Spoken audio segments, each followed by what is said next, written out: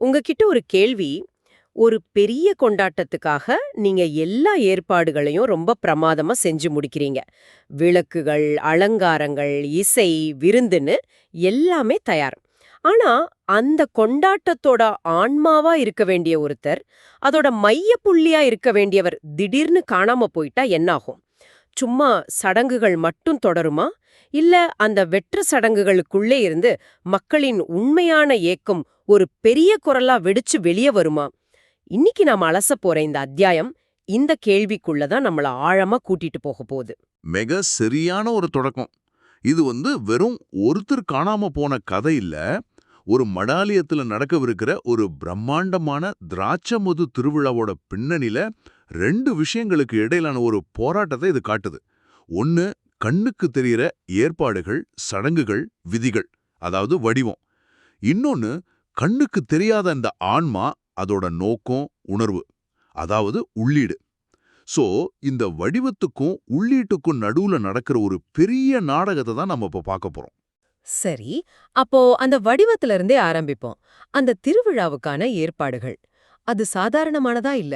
அந்த மடாலயமே ஒரு பெரிய இயக்கத்துல இருக்கு.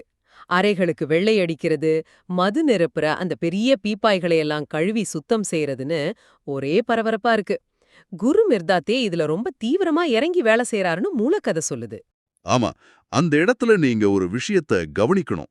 ஏன் கதையாசிரியர் இவ்வளவு நுணுக்கமா இந்த ஏற்பாடுகளை விவரிக்கிறார்? ஏன்னா, அவர் ஒரு பிரம்மாண்டமான, பளபளப்பான, ஆனா உள்ளுக்குள்ள காலியாக போற ஒரு கூட்ட நம்ம கண் முன்னாடி கட்டுறார். கழுவப்படுற ஒவ்வொரு பீப்பாயும் சரி, வெள்ளையடிக்கப்படுற ஒவ்வொரு சுவரும் சரி, அது எல்லாமே அந்த வெற்றுக்கூட்டோட ஒரு பகுதிதான். இது ஒரு திட்டமிட்ட இலக்கிய உத்தி. அருமையான பார்வை. இது வெறும் ஒரு ஆன்மீக விழா இல்ல, ஒரு பெரிய வர்த்தக திருவிழாவும் கூட. நூற்றுக்கணக்கான கூடாரங்கள் அமைக்கப்படுது. யாத்ரீகர்கள் தங்குறதுக்கும் அவங்க கொண்டு வர்ற பொருட்களை விக்கிறதுக்கும் ஏற்பாடு நடக்குது இல்லையா?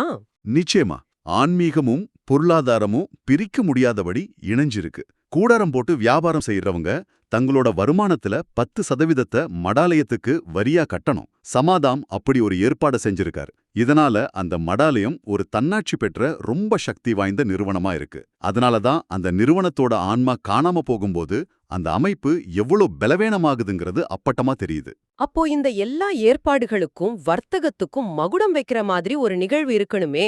அந்த திருவிழாவை அதிகாரப்பூர்வமா தொடங்கி வைக்கிற அந்த தருணம் அது எது? அதுதான் விழாவோட முதல் நாள் நடக்க போற முக்கியமான சடங்கு. திராட்சை குலைகளால அலங்கரிக்கப்பட்ட ஒரு வளைவுக்கு கீழே உயரமான மேடையில மடாலயத்தோட மூத்தவர் உட்கார்ந்திருப்பார். மக்களை ஆசிர்வதிப்பார், அவங்க கொடுக்கிற பரிசுகளை வாங்குவார். ஆனா எல்லாரும் எதிர்பார்த்து காத்திருக்கிறது அந்த ஒரு தருணத்துக்காகத்தான். புதுசா தயாரிக்கப்பட்ட திராட்சை மதுவ அவர் முதலா குடிக்கிற அந்த தருணம் தானே? அதேதான். அவர் அந்த முதல் கோப்பைய குடிச்சு ஆசிர்வதிச்ச பிறகுதான் மத்தவங்களுக்கெல்லாம் மது வழங்கப்படும். அந்த நிகழ்வோட உச்சகட்டமா நோவாவும் அவரோட குடும்பத்தினரும் பாடியதா சொல்லப்படுற ஒரு பாடலை எல்லாரும் சேர்ந்து பாடுவாங்க. அந்த பாடலோட வரிகள் ரொம்ப சக்தி வாய்ந்ததா இருக்கு. அந்த புனித திராட்சை மதுவே வாழ்கன்னு ஆரம்பிச்சு, அன்பான கொடியின் குருதியச் சுவைப்பீர்னு ஒரு வரி வருது. திராட்சை ரசத்தை கொடியோட குருதின்னு சொல்றது சாதாரண விஷயமா தெரியலையே. இல்லவே இல்ல. அதுதான் அந்த சடங்கோட அச்சாணி. கொடியின் குருதிங்கிற அந்த வார்த்தை இருக்கு இல்லையா, அது அந்த மதுவை வெறும் பானங்கிற நிலையிலிருந்து உயர்த்தி ஒரு புனித பொருளா மாத்துது. இது கிறிஸ்தவ மதத்துல இருக்கிற நற்கருணை சடங்க நமக்கு ஞாபகப்படுத்துது. அங்க திராட்சை ரசம் இயேசுவோட ரத்தமா பார்க்கப்படுது. இங்கே இது ஒரு மீட்புக்கான பானமா, புனிதமான குருதியா பார்க்கப்படுது. அந்த மக்கள்கிட்ட இந்த மது வெறும் போதை இல்ல, அது ஒரு விடுதலைங்கிற நம்பிக்கைய இந்த வரி விதைக்குது. அப்போ மதுவே மதுவே மதுவே வாழ்கன்னு அவங்க கோஷமிடும்போது அவங்க வெறும் ஒரு பானத்தை வாழ்த்தல, அவங்களோட நம்பிக்கைய, மீட்ப, விடுதலைய வாழ்த்துறாங்க. இவ்ளோ ஆழமான அர்த்தம் கொண்ட ஒரு கொண்டாட்டம். எல்லாம் கச்சிதமா திட்டமிடப்பட்டிருக்கு. இப்போதான் அந்த கதை நம்ம எல்லாரையும் அப்படியே புரட்டி போடுற ஒரு திருப்பத்தை கொண்டு வருது. ஆமா, இவ்ளோ பெரிய ஏற்பாடுகளோட மையப்புள்ளியா அந்த இயந்திரத்தோட உயிரா இருந்த குரு மிர்தாத் விழா தொடங்குறதுக்கு முந்தைய நாள் காலையில திடீர்னு காணாம போயிடுறார். ஒரு சின்ன தடையும் கூட இல்லாமையா? ஒரு சோடு கூட இல்ல. மடாலயத்தோட அந்த 7 முக்கியஸ்தர்களும் நிலைகுலைஞ்சு போயிடுறாங்க. நாலா பக்கமா ஆட்கள் அமைச்சு தேடுறாங்க. இரவும் பகலும் தீவெட்டிகளோட தேடியும் அவர் இருந்ததுக்கான அடையாளமே இல்ல. அந்த மடாலயம் முழுக்க ஒரு விதமான குழப்பமும் சொல்ல முடியாத துக்கமும் பரவுது. குரு ஏதோ சதிக்கு இரையாக்கிட்டார்னு எல்லோரும் நினைக்கிறாங்க. அந்த 7 பேரும் சோகமான நிழல்கள் போல நடமாடுறாங்கன்னு மூலக்கதையில ஒரு வரி வருது. அது அவங்களோட மனநிலையை அப்படியே படம் பிடிச்சு காட்டுது. சரி, குரு இல்லாத நிலையில அந்த விழா என்ன ஆச்சு? நின்னுடுச்சா? அதுதான் இல்ல. அந்த அமைப்பு, அந்த வடிவம் தொடர்ந்து இயங்குது. விழா தொடங்கிய வேண்டிய கட்டாயம். மூத்தவர் அந்த உயரமான மேடையில போய் உட்கார்றாரு. சடங்குகள் நடக்குது, மக்கள் வாழ்த்து பாடுறாங்க, மதுவை குடிக்கிறாங்க. ஆனா எல்லாமே ம். இயந்திரத்தனமா நடக்குது. உயிர் இல்லாத ஒரு உடல் இயங்குற மாதிரி. இது எனக்கு ஒரு பெரிய நிறுவனத்துல எல்லோராலும் விரும்பப்பட்ட ஒரு தலைவர் திடீர்னு விலகிட்டா அதுக்கப்புறம் நடக்கிற கூட்டங்கள் மாதிரியே தோணுது. எல்லாரும் அஜெண்டா படி பேசுவாங்க, முடிவுகள் எடுப்பாங்க. ஆனா அந்த இடத்துல ஒரு வெற்றிடம் இருக்கும். அந்த உத்வேகம், அந்த நோக்கம் காணாம போயிருக்கும். அப்படிதான் அங்கேயும் இருந்திருக்குமா? இது ஒரு மிக அருமையான ஒப்பீடு. 100க்கு 100 அதுதான் அங்க நடந்தது. ஒரு உயிரற்ற ஆரவாரம். அந்த வெற்றுக்கூடு மட்டும் இயங்கிக்கிட்டு இருக்கு. அந்த உயிரற்ற ஆரவாரத்துக்கு நடுவுல தான் திடீர்னு ஒரு குரல் ஓங்கி ஒலிக்குது. அது ரஸ்டிடியனோட குரல். இது ஒரு சுவாரஸ்யமான விஷயம். ஏன்னா ரஸ்டிடியன் அந்த மடாலயத்தோட அதிகாரப்பூர்வமான 7 பேர்ல ஒருத்தர் கிடையாது. அவர் குருவோட கருத்துக்களை வெளி உலகத்துக்கு கொண்டு போன ஒரு சீடர். அதிகார மையத்திலிருந்து வராத ஒரு குரல் அங்க வெடிக்குது. ஏன் அவரா இருக்கணும்? அது ஒரு நல்ல கேள்வி. ஏன்னா அவரோட குரல் அந்த நிறுவனத்தோட, அந்த மடாலய அமைப்போட குரல் இல்ல. அது மக்களின் குரல். குருவோட நேரடி தொடர்பில் இருந்த அந்த போதனைகளோட உண்மையான வீச்ச உணர்ந்த ஒருத்தரோட குரல். அந்த அமைப்பு தோல்வி அடையும் போது உண்மையான சீடர்களோட குரல் இப்படிதான் வெளியிலிருந்து எழும். அவர் கத்துறார், எங்களுக்கு மிர்தாத் வேண்டும், மிர்தாத்தியர்களிடம் பேச வேண்டும். அந்த ஒரு ஒரு தீப்பொறி மாதிரி அங்கு இருந்த ஒட்டுமொத்த கூட்டத்தையும் பற்ற வைக்குது. அதுவரைக்கும் இயந்திரத்தனமா சடங்குகள்ல பங்கேற்ற மக்கள் தங்களோட உண்மையான தேவையை உணர்ந்து அதையே முழங்க ஆரம்பிக்கிறாங்க. மிர்தாத் வேண்டும் என்ற கூக்குரல் காதை அடைக்கிற அளவுக்கு அந்த இடத்தை நிறைக்குது. இங்கே ரொம்பவே கவனிக்க வேண்டிய விஷயம் என்னன்னா, இப்போ மக்களின் தேவை எதுவா இருக்குன்னு பாருங்க. அவங்களுக்கு மூத்தோரோட ஆசீர்வாதம் தேவைப்படல. அந்த புனித கொடியின் குருதியான மது தேவைப்படல. அவங்களுக்கு தேவை குருவோட வார்த்தைகள், குருவோட இருப்பு. அந்த சடங்குகள் எல்லாம் எவ்வளவு அர்த்தமற்றதுங்கிறத அந்த ஒரு கணம் அவங்களுக்கு உணர்த்திருச்சு. கதை சொல்லி கூட சொல்றார், எங்கள் கண்களில் கண்ணீர் பெருகியது, எம் தொண்டை அடைத்துக் கொண்டதுன்னு. அது வெறும் ஒரு கோஷமா இல்ல, அது ஒரு ஆழமான ஏக்கத்தோட ஒரு விதமான வலியோட வெளிப்பாடா இருந்திருக்கு. அந்த சடங்குகள் எல்லாம் ஒரு வெற்று ஓடா மாறிப்போனதை அவங்க உணர்ந்த தருணம் அது.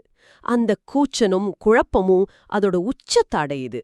அப்புறம் உச்சத்தை அடைஞ்ச அந்த இரைச்சல் திடீர்னு ஒரு முழுமையான நிசப்தத்துல கரையுது. ஊசி விழுந்தா கேக்குற அளவுக்கு அமைதி. மக்கள் அவங்க கண்களையே நம்ப முடியாம ஒரு திசையை நோக்கி பாக்குறாங்க. ஆமா, அந்த உயரமான மேடையின் மேல மிர்தாத் நின்று கொண்டிருக்கிறார். அவர் எப்படி வந்தார், எங்கிருந்து வந்தாருன்னு யாருக்குமே தெரியல. ஆனா அவர் அங்கே இருக்கிறார். அந்த ஒட்டுமொத்த கூட்டத்தையும் அமைதியா இருக்கும்படி தன்னோட கைய அசைக்கிறார். அந்த ஒரு காட்சியோட இந்த அத்தியாயம் முடியுது. எந்த விளக்கமும் இல்ல. அந்த வருகைதான் இந்த அத்தியாயத்தோட உச்சகட்டம். எந்த ஆரவாரமும் இல்லாம, எந்த பேச்சும் இல்லாம, மக்களின் ஏக்கம் தன்னோட எல்லையை தொட்ட அந்த ஒரு நொடியில அவர் தோன்றார். சரி, இதெல்லாம் இணைச்சு பார்ப்போம்.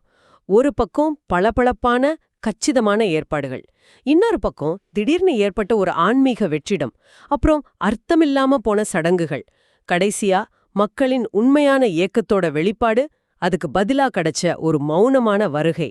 இந்த அத்தியாயம் நமக்கு உணர்த்தும் செய்தி என்ன? இந்த நிகழ்வு ஒரு அடிப்படையான கேள்வியை நம்ம முன்னாடி வைக்குது. உண்மையான ஆன்மீக தலைமைங்கிறது சடங்குகளை சரியா நடத்துறதுல இருக்கா, இல்ல மக்களின் இதயங்கள்ல வாழ்றதுல இருக்கா? மிர்தாத் இல்லாத ஒரே ஒரு நாள்ல அந்த பிரம்மாண்டமான திருவிழாவே அதோட நோக்கத்தை இழந்து ஒரு வெற்று நிகழ்வா மாறிடுச்சு. அவர் இல்லாத போதுதான் அவரோட உண்மையான மதிப்பு என்னன்னு அந்த மக்களுக்கு புரிஞ்சிருக்கு இல்லையா? அவங்க குடிச்ச மது, பாடின பாட்டு எதுவுமே அவங்களுக்கு நிறைவை தரல. அவங்களோட உண்மையான பசி குருவோட இருப்புக்காகவும் அவரோட வார்த்தைகளுக்காகவும் தான் இருந்திருக்கு. ஆமா, மிர்தாத்தோட மறைவு ஒரு வெற்றிடத்தை உருவாக்கி அந்த வெற்றிடத்தை வேற எதனாலையும் நிரப்ப முடியாதுங்கிறத அந்த மக்களுக்கு உணர்த்திச்சு. சில நேரங்கள்ல ஒரு விஷயத்தோட முக்கியத்துவத்தை நமக்கு உணர்த்துறதுக்கு அது நமக்கு இல்லாம போனும் போல. அவர் இல்லாத போது எழுந்த அந்த ஏக்கத்தின் குரல் தான் அவர் இருந்தபோது கிடைச்ச பாராட்டுகளை விட வலிமையானதா இருந்துச்சு. இறுதியாக உங்களுக்காக ஒரு சிந்தனை. மிர்தாத் மீண்டும் தோன்றிய பிறகு ஒரு வார்த்தை கூட பேசவில்லை. அவர் கையை மட்டும் அசைத்து கூட்டத்தை அமைதிப்படுத்தினார். சில சமயங்கள்ல மிகப்பெரிய உண்மைகள் வார்த்தைகள்ல சொல்லப்படுறதில்ல, அது மௌனத்துல தான் உணரப்படுது. மிக ஆழமான புள்ளி. ஒருவரோட உண்மையான இருப்ப அவரோட இல்லாமை, அதாவது ஆப்சன்ஸ் தான் நமக்கு மிக ஆழமாக உணர்த்துகிறதோ. அந்த மௌனமான வருகை 1000 வார்த்தைகள் பேசக்கூடிய ஒரு சொற்பொழிவை விட என்ன செய்தியை ஆழமாக சொல்லியிருக்கோம். இந்த எண்ணத்தோட இந்த அலசலை நிறைவு செய்வோம்.